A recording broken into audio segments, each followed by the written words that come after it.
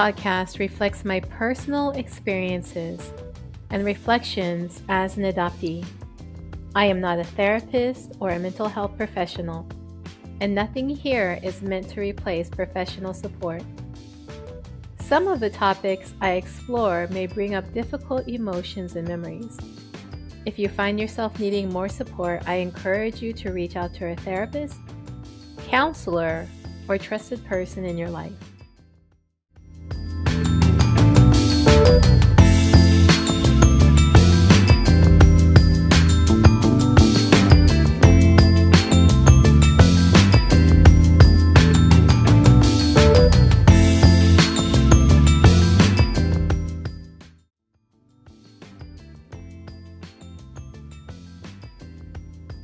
As an adult recovering from adoption, I have taken the journey of exploring memories prior to my adoption. Coming out of the fog, to me, means embracing those true memories. I have a few vivid memories, and today I want to discuss one that is very near to my heart, my Abuelita. I don't know anything besides the little that my mommy has shared with me, and that isn't really much. I was told that my abuelita was short, dark-skinned woman. If she is shorter than my mommy, then she has to be under 5 foot. What I do remember about her is the warmth of her love, the smile, and the head wrap. No specific color, just vibrant. Growing up, I didn't see any women, now that I think about it, wearing head wraps. I started wearing my head wraps when I was going through my first experience of therapy. The therapist asked me to be curious about my memories. So I Googled YouTube on how to make head wraps since I've never worn one before. The first time I tried was such a mess, but over time I got better at it. I felt like when I wore my head wraps that I spiritually and emotionally connected with my abuelita. There is something so sacred about that feeling. I also want to tell you that I love to research. I love to research. I love learning about the roots of everything. So, in doing my research on head wraps, I was surprised, but not so surprised.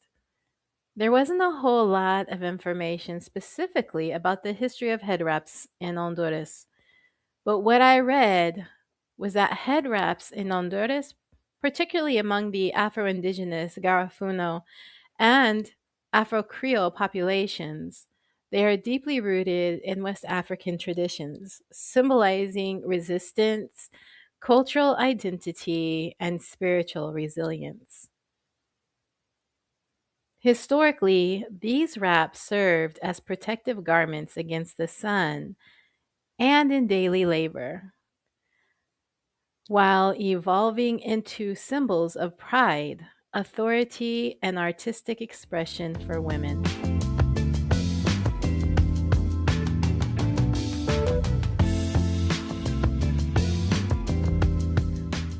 Reaching out to my mommy, I was not really expecting validation on this memory. I was really hoping that maybe she could help me understand why I have this impression of this older, beautiful, weathered, dark skinned woman with a head wrap. And when she told me, yes, that was my abuelita, it just inside of me, like in my heart, I just felt this explosion. It's kind of like the Grinch, right when his heart became like 3 times too big, and his heart just exploded with joy. That's the feeling I had. It was so overwhelmingly validating and beautiful.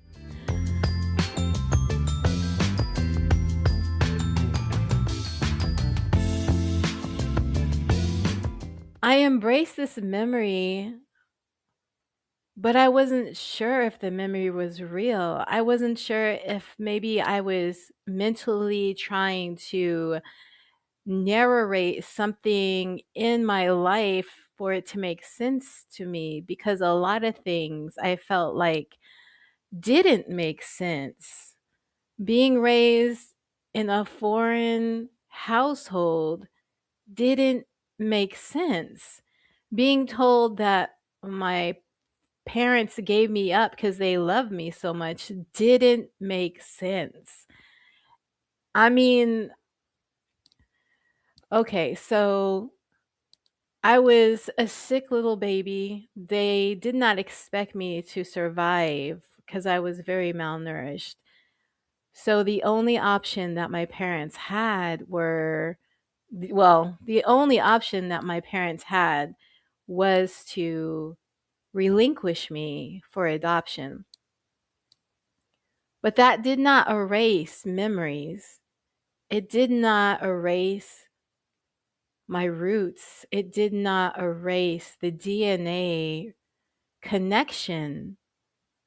And although I was brought into a family that said they committed themselves to raising me as theirs, as an adoptee, there is just no words that can really explain that when you're taken from your biological family and all of that is erased and none of it is allowed to have breath within my life, it's like erasing who I am to fit somebody else's narrative of who I should be. But it never changed the fact that I have these deep rooted memories in me. It never changed the fact that there was an abuelita who looks down on me and smiles at me with this beautiful weathered, just chocolatey skin and this head wrap and just this impression of warmth and love. Nobody could take that from me, but nobody could validate it for me either. So, being able to reconnect with my birth mother and having her tell me, yes, that's who she was, it really validated that memory. And it just sealed that memory as a promise within me. So I still see her. Like, I don't have conversations with this image, I don't have any voice with this image. I just feel such an impression of warmth and love and just, in a sense, pride for me, this woman who loved me so much that her impression of love is just within my whole body.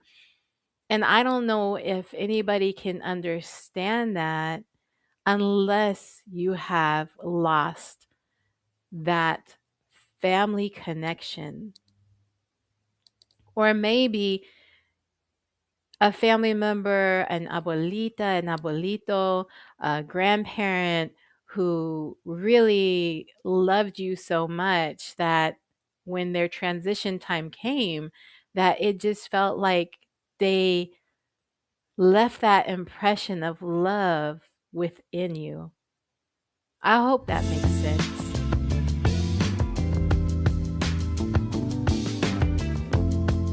I cannot say that this is really closure, but more of a coming back to my roots, coming back to the memories, coming back to myself, and coming back home.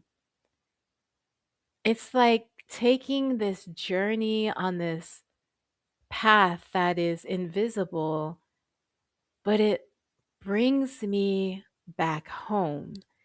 It brings me back to the ancestral echo of those who went before me, encouraging me and reminding me that I am connected still to them and never to forget who I am.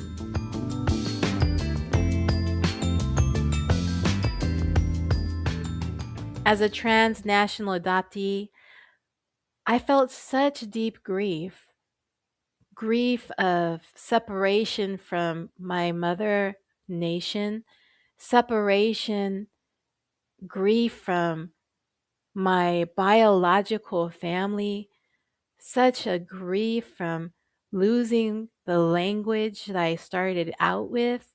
And I know that people would say, well, you can take Spanish classes, you can, do online learning.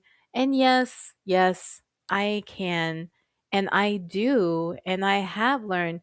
But there's something so deeply lost when that language that with what I began with, had been erased. And then growing up in a household where it just was almost looked down upon unless I was able to interpret for the family what other people were saying. And that to me just felt wrong. So I kicked against that. I did not try to learn Spanish until I was older because I wanted this for myself. And so being able to have that reconnection in language and also having that validation of my abuelita, and now wearing head wraps just because I feel like it reconnects me emotionally to a part of myself that I felt was lost, is just so reaffirming within me that it's helping me to heal in those almost feeling like vacant places in my life.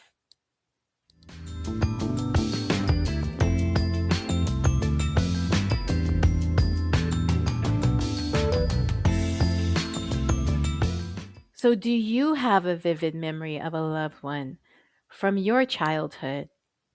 A memory you thought couldn't be real because it was so long ago, but that feels like such a heavy impression in your whole body? How are you going to honor that memory?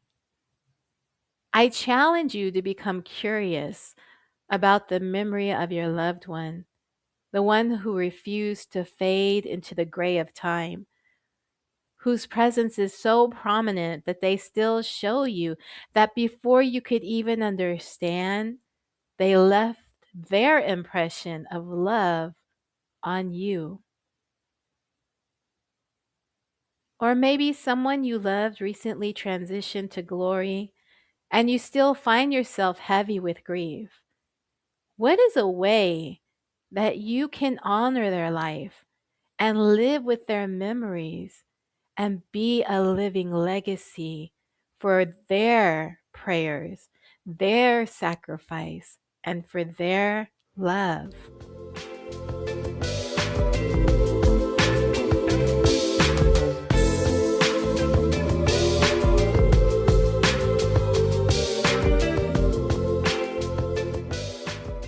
Let's continue to take this journey on what it looks like coming home.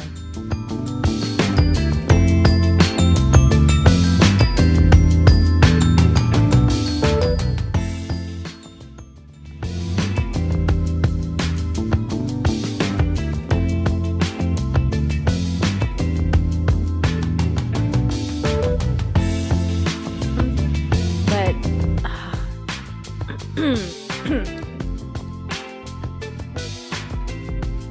while evolving into symbolic,